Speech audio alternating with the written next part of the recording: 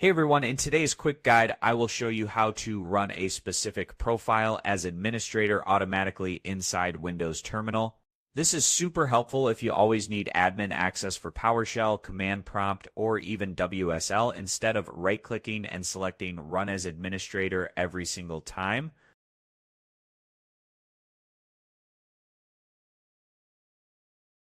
You can set it up once and it will launch elevated by default. Let's get started. First, open Windows Terminal normally.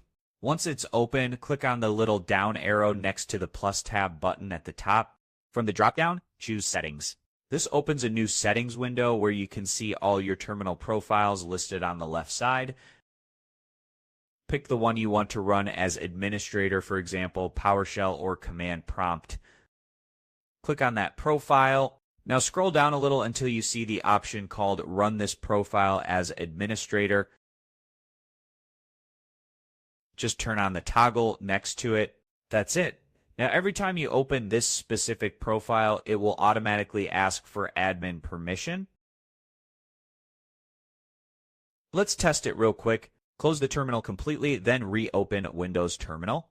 Now when you click that profile, boom, you get the UAC prompt and it runs as admin. No more right-clicking, no more remembering, just admin access right from the start. Now here's something important to know. This only works when you open Windows Terminal as administrator first.